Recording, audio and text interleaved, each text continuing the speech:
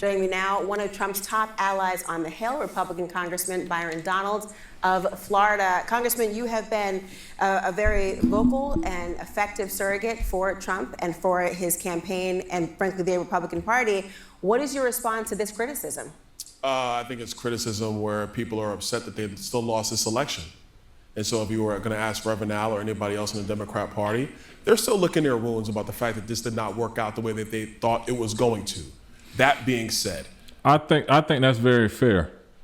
I think it's very fair for Al Sharpton, who was probably paid $500,000 for his interview with Kamala Harris, to basically be upset that his investment didn't pan out, because when you told him that I have a base of voters that listen to me, that tune into my show every week, that when you're paying this to the Rainbow Coalition for whatever they're doing with that money, that you would essentially say, yeah, you made an investment that didn't pan out, so how am I going to sell and pimp this to the next one? I have to be upset. I have to be upset because since the 60s, I've been able to corral this. And it's not just Reverend Al, it's other people in the black spectrum of getting people out to vote. They'll go out and say, hey, yes, I have this block of people that'll come out to vote. And on election day, when they don't show up, and the candidate's now asking, well, hey, what happened to my $10 million, my $500,000, my $350,000 investment to your media outreach that you were going to do to get black people to get out to vote and get pastors and the MPHCs and everyone out to vote? Of course you're going to be upset. And then, of course, you're going to micro-pick the Trump administration. But at the same time, my brother Byron Donalds is very placating to the bullshit right now, because there's no secret that he wants to run and be the next governor of Florida. That's out there. The issue is, you could have sat here for 2 years in a cabinet position and did that. But you being the congressman, maybe playing chess is better to continue to serve the state so you can like transition throughout the state for that gubernatorial race. That makes sense. But the way people looking at it, it wasn't even you, Byron. It was Tim Scott. It was how many other of the 5 black Republicans that may be in Congress are there. It's like none of y'all got the appointment. They got somebody else from the NFL. So that's, I guess, the bigger issue for a lot of people is, hey, bro, like, whatever. Trump's cabinet is about people who are going to implement his agenda. And he's not done, by the way. You have Susie Wiles, the first woman ever to serve as chief of staff. I'll stop here. He said this before in another interview. I'll probably pull that up too. But Susie Wiles, all salutes across the board. Susie Wiles is one of the best, first female chief of staff. But she'll tell you how to beat Democrats, keep the celebrities out, because she doesn't understand, and she's told me this one-on-one, why do we put celebrities in this whole gamut of politics? They're not moving the needle for people. And once it does that, it scares people away. But Susie Wiles is like the Cersei Lannister of politics. But I'm not going to give her the Lannister name, because the Lannister name, you know, they, I forget what it is about their debts. But I'm not going to give her the Lannister name. But I'll say that Cersei Wiles, she ain't playing that. You know what I'm saying? But we're going to make this happen. Go ahead. What else, Byron? What are we talking about? You have Marco Rubio, a Cuban-American who's going to serve as Secretary He's still not of State, black. Representing America. He's minority, though. That's DEI. Foreign policy. That's You DEI. have Tulsi Gabbard going to be at DNI. So many others that are coming, and there's still slots. So this is a lot of diversity, equity, and inclusion that my brother Byron Donalds is talking about in the Trump cabinet that a lot of people don't want to equate to. Now, maybe they're looking at it different on the Republican side, especially my black Republican brothers, to say, okay, cool, we can't say diversity, equity, and inclusion, but if we highlight the fact of a female chief of staff, a Cuban-American Secretary of State, and Tulsi Gabbard, that all of a sudden this kind of overviews the fact that nobody black is in this entire spectrum besides a former NFL football player. But go ahead, Byron. You're actually a congressman. My dog. And you know what? I don't have a problem with Byron Donalds. I honestly don't. The issue I have is he's an LA Lakers fan. I don't even care about his black Republicanness, right? I care about the fact of he sits here and is LeBron James, Anthony Davis, JJ Redick Lakers fan, and y'all mad at the fact that he's a Trumper.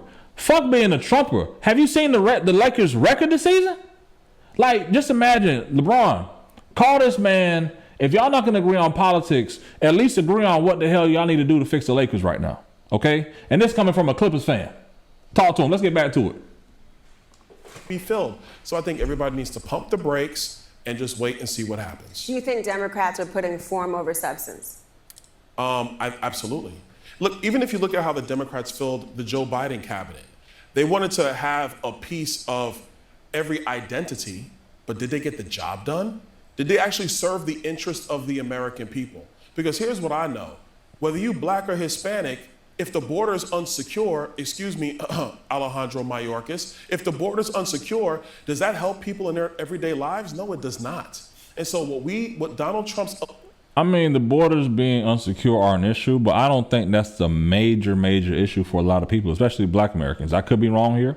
Maybe we need to do a barbershop series and actually go talk to some people and say, hey, what are the top 4 or 5 issues in this barbershop that you care about? Because people love going to barbershops for some odd reason to have a conversation with folks. So let's go have this conversation. But Byron, let's is about let's see what this is about. Competency and reality back to DC in the White House, making sure that the job gets done on behalf of the American people, regardless of their race, regardless of their religion.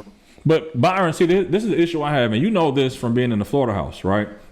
That even if it's not one of us in the room, or even if it's one of us in the room, that's still not enough to get the issue across. So when we're talking about issues that impact black men, talk about issues that impact black communities and black societies across the board, when we're really focusing on those issues, then we're really saying, okay, if it's only one of us in the entire room that's focused on this, and we're not on ag, we're not on HUD, we're not on Secretary of State, we're not on any position that can, you know what, shit, this is happening in the Congo for black people, it's a war happening. What position can we take as a country to fight here? We're not doing that. And realizing that it's only one or less than one of us in the room, because the majority, maybe 97%, maybe 85, 78% maybe black voted. Yeah, 78% of black folks would really say, you know what? We not with this shit. The other 20-something%, they're going to fly by night and make it happen. But I don't believe a lot of people are believing this bullshit. Of their creed. Do you think that the current cabinet picks reflect the most competent implementers of Trump's policy across the board? 100%. Because you have no pause for any of the people who are Project being raised, 2025. including some What else they want to scare more tactics controversial on? figures who've gotten a lot of the oxygen out of the room. Obviously, Matt Gaetz, a centerpiece of criticism because of the allegations.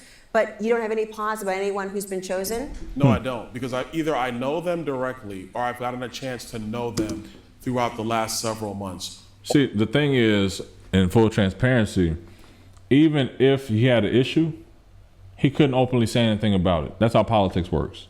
You're out here, and I'm not saying a puppet. I'm not going to call my dog a puppet, even though that's the majority of how people feel about my dog right now. It is what it is.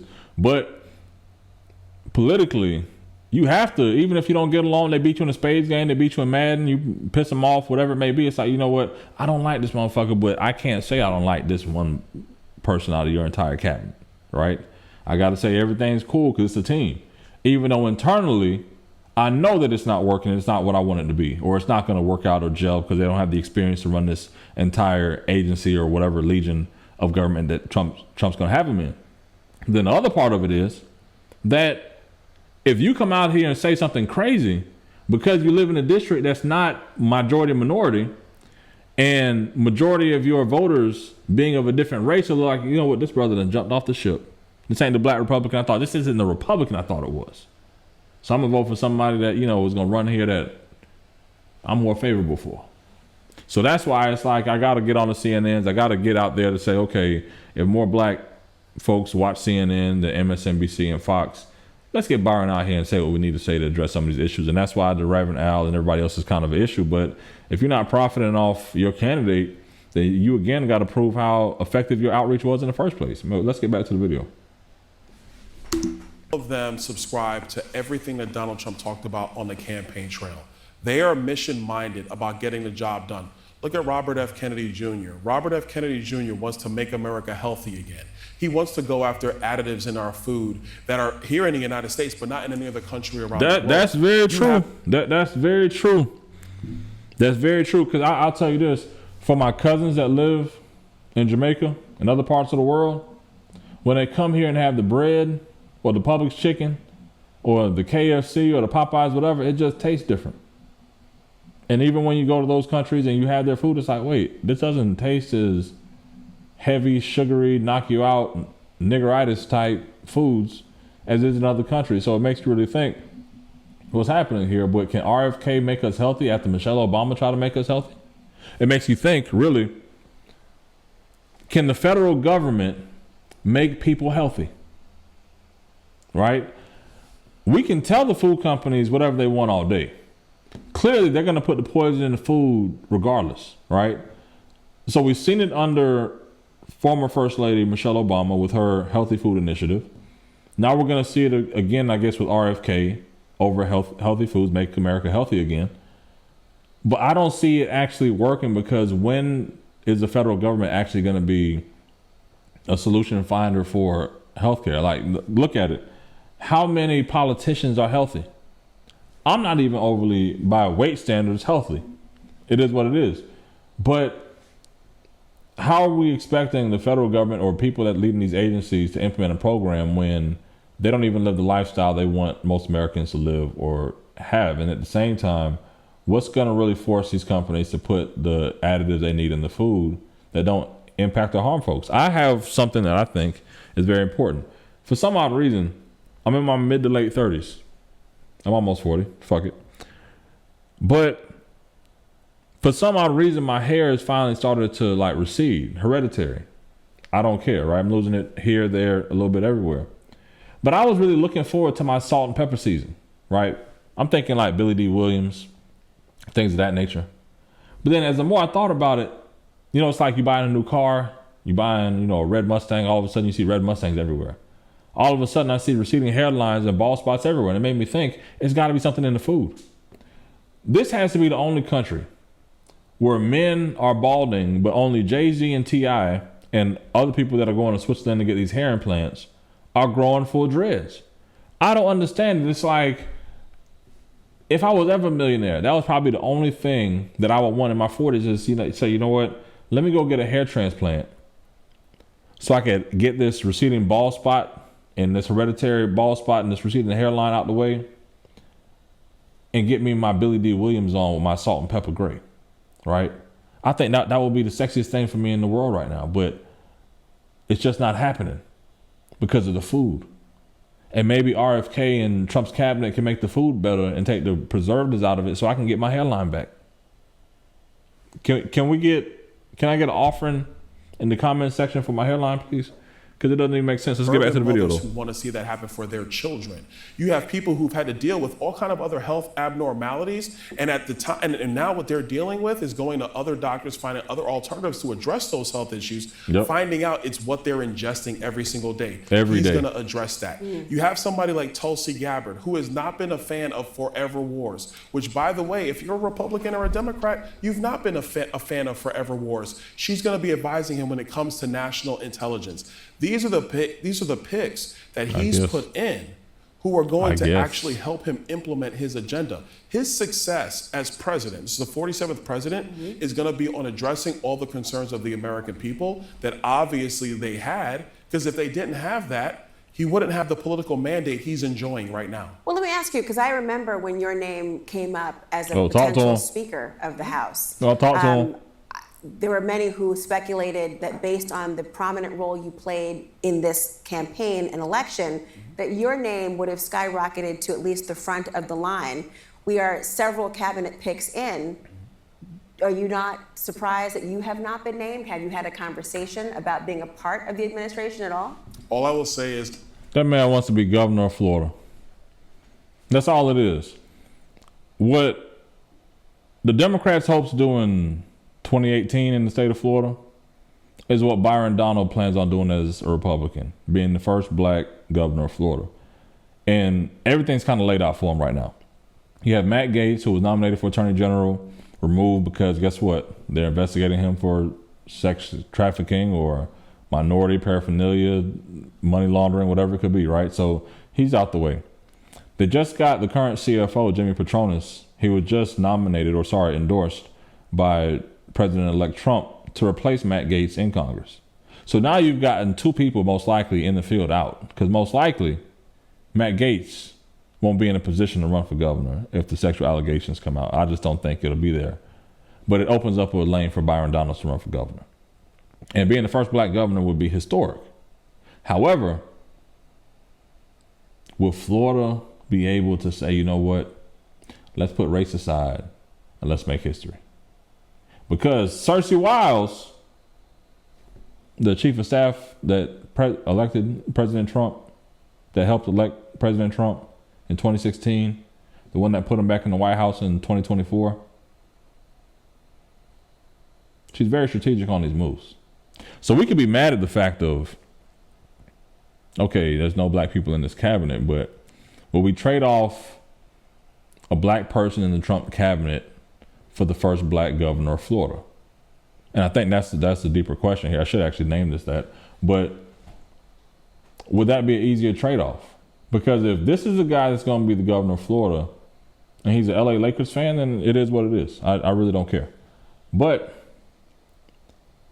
is Florida ready enough that my Latino and Hispanic voters, my white voters, my black voters, would they be overwhelmingly supportive enough of another brother running for the office? Now, I'm also hearing that soon-to-be Secretary of State Marco Rubio, who was already tired of being in the U.S. Senate, that he may most likely throw his hat in the governor's race as well. So imagine a Republican primary between Marco Rubio and Byron Donalds after the chess pieces for Byron to run for governor have actually already been laid out. And it's really kind of funny and interesting because the plan that the Democrats had that was laid out didn't pan out.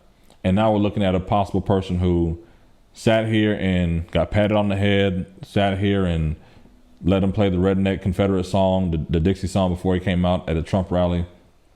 And we're sitting here judging the fact of him not getting a cabinet position. But maybe it's a strategic play to be the first black governor of Florida. Would it really make sense? Would it be a good trade-off? So that's my question to you. Would it be a good trade-off to not be in Trump's cabinet, but be the first black governor of Florida? Let's see. What you say, Byron? Not surprised that I have not been named, but that does not mean I'm not going to do other things in the future. Has he asked you?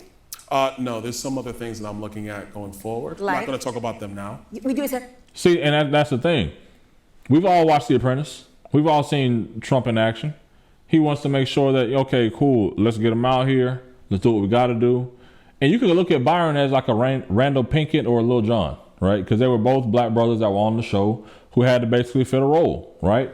However, what Byron's doing is not just, hey, they didn't pick somebody to be black in the cabinet.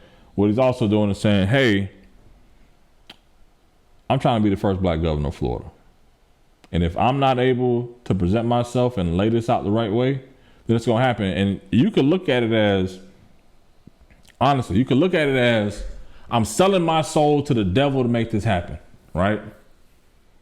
But in the history books 100 years, they're probably not going to remember that narrative. They're going to remember the fact that this is the first black governor of Florida, a guy named Byron Donalds from Brooklyn, New York, that used to have dreads, that went to Florida A&M University before he transferred to Florida State University. And then all of a sudden, he gave up on the Democratic Party, became a Republican, and skyrocketed his way to supporting people politically to become the first black governor of Florida. And then from there, looking to maybe catapult to be the next black president of the United States of America. Now, we could look at the play and be mad because politically he's making that move. But again, I don't care nothing about the politics. I don't want a Lakers fan as a governor. Okay? I'm a LA Clippers fan. Byron know it. I know it. I don't care about none of that. We don't need a LA Clippers fan as the governor of Florida. The Miami Heat need to get a candidate if they're going to compete in the state of Florida. Okay? The Orlando Magic need a candidate if they're going to compete in the state of Florida. Byron Donalds has a shot and a path with Matt Gaetz out the way. Jimmy Petronas out of the way. A lot of these people out of the way. He has a path at history here. But I don't need a Lakers fan as a come on now. We are Floridians first. We need to put a team in Jacksonville if that's the case. Right? I don't even know what the Jacksonville Killers. Right? What are we talking about? We're not going to break news now. I would like to ask you, Governor We're not gonna break of news. Florida. That's what I'm Senator, trying to- Perhaps if Marco Rubio is confirmed, or any of those spots enticing to you? We'll see what happens this thing. They say when you look to the left, you be lying. That's what the psychology, you can Google it. I think that's what they say. You look to the left, you seen it. He looked left, then he looked up. My dog's lying. He know he's going to be governor of Florida. We can't have a Lakers fan as the governor of Florida. Do you have support for the name Laura Trump that's been circling around as a potential person who would step in if Senator Marco Rubio were to ascend to the role that he has been chosen for? So actually, I think Laura would do a great job as a U.S. Senator for Florida. I got a chance to really know her through the whole campaign process. Number one, excellent communicator, one of the best in our... That should actually be a slap in the face to every elected official, Republican and Democrat, female especially, that's in the state of Florida. Because they're basically saying that to represent the state of Florida, we need to pick somebody that's more aligned to the president of the United States and someone who was actually maybe born and bred and raised here and serving the people of Florida here. That to me is possibly crazy, right? Because what it does is it builds a narrative to say, you know what, she could run on this Trump name in 4 or 6 years, and that's all people are gonna remember, right? Then it'll be a fight against, okay, well, she was never really on the ballot versus someone who's actually from Florida, is a competitor for Democrats, probably never in Florida, right? But I don't like that pick. Now, I know there's a lot of conversations happening. What I've heard last is there's some deals in place to say Ron DeSantis will pick Laura Trump as long as they don't pick Joe Gruters to be CFO, right? They may pick a guy named Blaise Ingoglia to be the CFO of Florida. Now, that's a totally different conversation. But again, that map opens up because Jimmy Patronis, the current CFO, has been endorsed by Donald Trump to replace Matt Gaetz in Congress. Again, this opens it up for Byron, but at the same time, there are other people at play. I forgot to mention the Agricultural Commissioner, Wilton Simpson, who could also be in the race. But who would hold the bigger, I guess, name ID in this situation? The black guy that's endorsed by Trump who could possibly make history, or the current elected officials that are there? But either way, to the Laura Trump situation, Laura Trump, because I've met some sisters or my white sisters who will say, you know, it's Lara or Lara. Okay, Lara Trump. If she is the pick, then what does that say for everybody else in this state? That we will get somebody who's a Floridian now, but doesn't even serve in an elected capacity to be the U.S. Senator, who's up there with the governor elected statewide? That's a disconnect I have for all the strong female leaders in our state. That's the more slap in the face piece. But again, this isn't my chessboard. This is Donald Trump's. Number two, really knowledgeable about policy. Number three, her personal businesses that she's been involved in, different projects that she's done. She knows how to get things done, bring people around her to be successful. At the end of the day, you want to... My dog Byron has these talking points down to a science. I get it. You had to read them, write them, understand them, and take them on an interview to be the next black governor of Florida. It is what it is. A representative of the ideals of the state of Florida, Laura Trump is an example of that. So just to be clear, and I remember the barbershops you had gone through, you talked to many black voters, black male voters specifically on the campaign trail. If the current trend stands and there is not a single black cabinet member named, you'd be fine with that? What I want right now is for the agencies of the federal government to do their job and no more. And to... Come on, man. Come on, man. Byron, what are we doing, man? If they said they didn't want no black owners in the NBA, we wouldn't be okay with it. If we wanted no black owners, no black players, we wouldn't be okay. Like, come on, man. We fix the ills that have been going wrong in our country. The voters spoke loud and clear 2 weeks ago. This was an avalanche. This was a political mandate for Donald Trump. And it's very clear that they want our borders secured. They want a thriving economy. They want to be able to get out of these conflicts across the globe. And yes, people want to be energy dominant here in America. And if the cabinet picks help deliver the America First agenda that Donald Trump wants, this will be an unmitigated success. And every American will be happy with that. I wonder if voters will see it the same way. I want to talk about this House Ethics Committee, though. They have not chosen to release the report that was compiled by the House Ethics Committee on former Congressman Matt Gaetz. Do you think the report should be released? He can't say nothing if not here. publicly? He can't say nothing here. And this is the part that I don't like with some journalists, right? They know they're asking loaded questions that politicians can easily get out of instead of really pressing them on some things that people want to get it. But I get it. You have a producer at CNN that most likely feeds the questions and approves it, right? And I'm not knocking the journalistic integrity of anybody here, but it's a fact of the American people who are passionate enough to cry and hate this man so much. They want to hear something more stringent than a softball question where he can't really answer, right?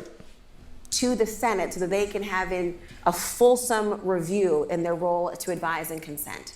Well, actually, no, I don't, and here's why. A couple of things. First of all, we all know Capitol Hill leaks like a sieve. If the Ethics Committee sends that report over to the Senate, you'll have some Senate staffers somewhere in some office will put it out, and that's frankly inappropriate because the rules of the House and frankly the rules of the Senate are clear on this. If you're no longer a member, those reports do not get released to anybody. That's number one. Number two, the FBI already looked into these allegations over 3 years. A long-running investigation, and there were leaks out of the Department of Justice during this investigation. But what did Merrick Garland's DOJ, or frankly, that also when it started, Bill Barr's DOJ do? They didn't bring any charges. There were no charges here. So I think we gotta be careful. Do we just wanna be salacious because it's great to take somebody down or it's good for news headlines? Or are we gonna make sure we're serious about making sure somebody like Matt Gaetz goes into the job of Attorney General? See, luckily he wasn't. By the time you're seeing this, you already know it's going to be paying bonding, so that'll be a whole nother video, a whole nother set. But I got to edit this up. I'll see what it says. This is a good practice run, I'll tell you that.